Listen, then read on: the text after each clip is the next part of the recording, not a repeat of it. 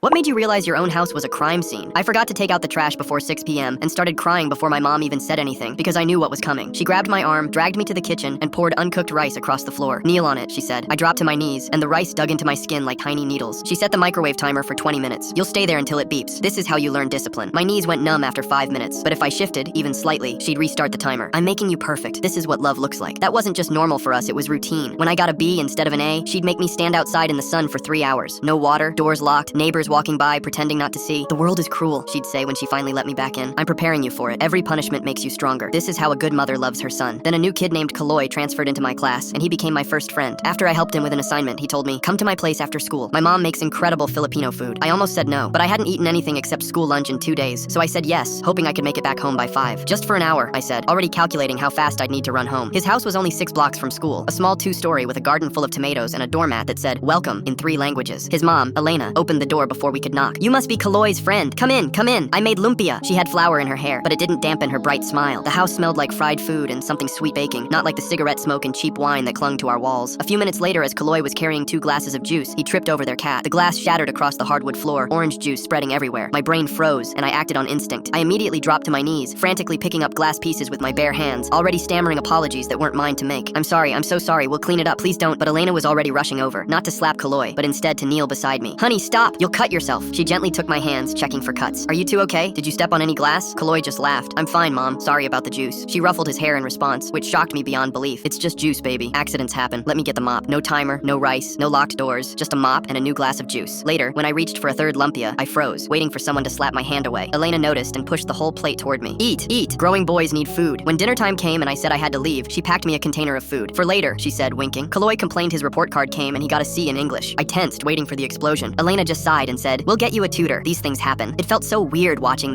how Kaloy's mother never got angry at him for doing something wrong. I even started thinking if this is how a normal home looks like. We were washing dishes together after dinner when I accidentally knocked over Elena's favorite mug, the one that said, "World's okayest mom," that Kaloy had given her. It shattered against their tile floor. I went completely rigid, my whole body preparing for impact, the apology stuck in my throat. I could already feel my knees against rice, already felt the sun on my face. "It's okay," Elena said softly, but I was already crying. Not just tears, but uncontrollable sobbing I couldn't control. Elena was sweeping up the pieces, humming. "Sweetheart, what's wrong?" she asked, kneeling beside me. "It's just a mug. Why are you so scared?" Kaloy was staring at me like I'd grown another head. "What did you think was going to happen?" he asked. I tried to hold it in, but couldn't. I told them about how my mom treated me, about how I thought I was going to be punished severely because I'd broken that mug. Elena's face went through expressions I'd never seen on an adult. Horror, rage, then something soft and broken. She pulled me into a hug that felt warm. Then she asked, "How many times has that happened?" Kaloy patted my back as I answered, "Too many to count." When I finished talking, Elena looked at me for a long moment. "You're not going home tonight," she said firmly. She picked up her phone, scrolled through her contacts. Kaloy squeezed my shoulder as she dialed. "Hello, I need to report child abuse."